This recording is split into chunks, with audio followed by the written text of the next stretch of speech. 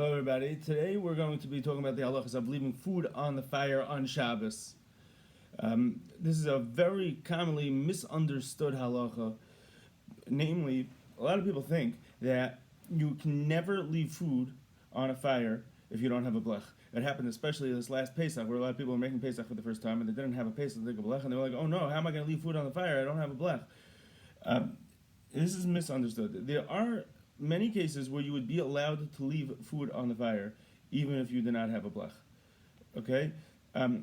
If you have food, now there's three categories of foods. There's food which is called MidStomach Varela, which means that the food is already fully cooked and it's not even good for it. Like if it stays on the fire, it's just getting dried out. You're only keeping it on the fire to keep it hot, but it's not like it needs to cook anymore. Then there's something which is fully cooked and MidStomach Varela, like a potato kugel that's fully cooked, but you want it to stay in the oven, it's just getting better. Or a lot of times a cholent on Friday afternoon will be fully cooked, but it's going to be better by Shabbos morning. That's called fully cooked, but MidStomach Varela. It's improving on the fire. And then you have a food which is Nisbashel K'maichel Ben Drusai, which means that it's cooked a third cooked. And then you can have a food which is not even Nisbashel K'maichel Ben Drusai, not even a third cooked. So now the halacha is as follows: if you have food that is fully cooked and is MidStomach Varela, meaning it's getting worse. Let's say you have a fully cooked chicken soup, and the more it's on, it's just cooking out, and you're really just leaving it on the fire to keep it hot until the Suda. You are definitely allowed to keep that on an open flame. Not only that is according to everybody. And really, according to most poskim, if it's fully cooked, even if it's MidStomach Varela, it's also okay. That is the minhag of many B'nai Torah. And really, me'ikar din we paskin that even if it's only 1/3 cooked, you can leave it on the fire. Even if it is only one, you have to be sure it's a third cooked. If it's 1/3 cooked, you can leave it on an open fire. Me'ikar din. Now, which we try to be machmir, that if it's not fully cooked, not to leave it on a fire. But if you're in a pinch, you can leave it on fire even if it's only 1/3 cooked. If it's less than 1/3 cooked, then you absolutely need a blech. There's nothing to talk about. Okay, so then the question is, so why do people use a blech? Well, the answer is twofold. One thing is people use a blech because they want to be machmir. Like we said, there is room to be machmir. Certainly according to the Shita of the Chofetz Chaim, there is room to be machmir if it is not at the highest level, MidStomach Varela. And therefore people have a blech because they want to be machmir. But more importantly, the reason why you have a blech is so that they could take food off the fire on Shabbos. If you want to take some food off the fire on Friday night and put it back on, like a cholent on a crack, but you want to take it off, take out some cholent and put it back on, you can only put it back on if it has a blech.